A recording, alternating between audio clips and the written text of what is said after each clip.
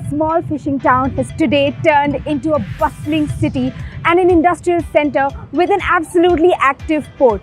Well, here we are in the city of Visakhapatnam, also known as Vizag. Well, the story that revolves behind the city of Visakhapatnam can be dated back to the 6th century, and the mention of this particular city has not only been found in Hindu texts but as well as Buddhist texts. This particular city has been under the rule of numerous dynasties, starting from the Chalukyas, Cholas, the Reddys, as well as the Kalingas. That was in 260 BC after it was being conquered by Ashoka. After that, during the 15th and the 16th century, this particular city was under the Mughal rule. And only in late 18th century did this city come under the French control. And ever since then, it was under the French, Portuguese and British control for a very long time.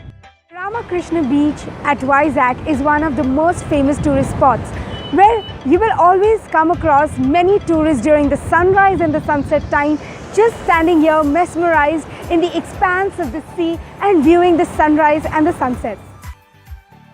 I'm standing before, like you can see, a big submarine. Now this is just no submarine of India. It is India's 5th submarine, which was commissioned in the year 1969 and decommissioned only in the year 2001. Now the name of this submarine is INS Kursura S-20.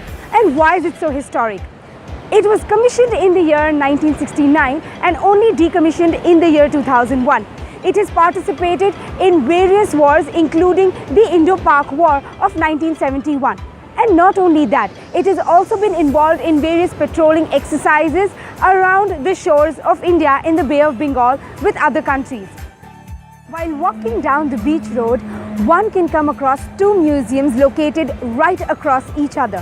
One, the Kurusura Submarine Museum, and the other is the Tu-142 Aircraft Museum, better known as the Aircraft Museum, which was established by the Andhra Pradesh Tourism Department. Now, why was this museum constructed in the first place? This museum has been constructed in the memory of Tupolev 142 aircraft designed in Russia, has given immense service to the country of India. This particular aircraft was de-inducted only after 29 years of service to the Indian Navy. Also, this particular aircraft has been a very significant part of many operations. For example, the cactus operations in Maldives, as well as the IPKF mission of Sri Lanka. This particular museum charges a very nominal fee for all the tourists. And upon entering the museum, you can see the entire aircraft displayed in its magnanimity. And therefore, I would personally recommend all of you to definitely visit both the museums which have been constructed with the help of the Andhra Pradesh government and by the Navy. A further walk down the beach road, after visiting the submarine museum as well as the aircraft museum, we come to this particular memorial. This memorial, like you can see behind me, Victory at Sea 1971, was constructed by the Andhra Pradesh government in the year 1996. This memorial has been constructed and is dedicated to the Indian Navy as well as the Eastern Naval Command sailors. The history behind this particular memorial can be dated back to 1971, the Liberation War of East Pakistan.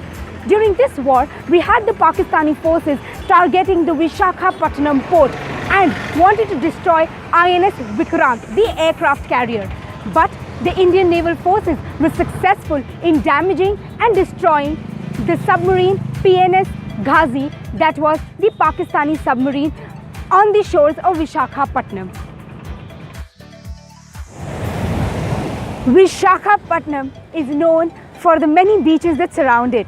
And here we are in the state of Andhra Pradesh, in one of the beaches of Andhra Pradesh, which is located 15 kilometers from Visakhapatnam in the village of Yarada.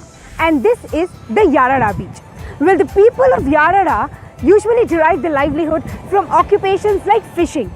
And like you can see, the Yarada beach has become a prominent tourist attraction, with a line of tourists just coming here during the sunset time to view the sunset. The pleasance of this beach lies in the fact that it is very clean comparatively from other beaches in India, and at the same time you'll have men helping you out by giving you coconuts or by clicking your pictures and being very helpful. So ma'am, is this the first time you're coming to Vizag? হ্যাঁ আমি প্রথমবার এসেছি এখানে। এমনি প্রাকৃতিক দৃশ্য ভীষণ ভালো লেগেছে, সমুদ্র পাহাড় প্রচণ্ড ভালো লেগেছে। তারপর কালকে রোপওয়ে করে কৈলাসগিরি গিয়েছিলাম, ওখানে রোপওয়ে থেকে পুরো শহরটা দেখা যাচ্ছিলো, খুব ভালো লেগেছে দেখতে। তারপর টয় ট্রেনে চেপেছি, অনেক মজা হয়েছে। Any problem that you have faced here as a tourist? একটা তো ল্যাঙ্গুয়েজের প্রবলেম একটা হচ্ছেই, প্রথম মানে হিন্দিও কেউ ভালো করে বোঝে না, ইংলিশও কেউ ভালো করে বোঝে না আর কি, এটা আর বাংলা তো বোঝেই না। আর হোটেল থেকে মানে বিচগুলো একটু নোংরা, মানে বিচগুলো অতটা পরিষ্কার না, যেটা যেতে গিয়ে দেখছি আর কি। এর মানে পুরীতেও গেছি এর আগে, ওখানকার কিন্তু বিচগুলো বেশ পরিষ্কার।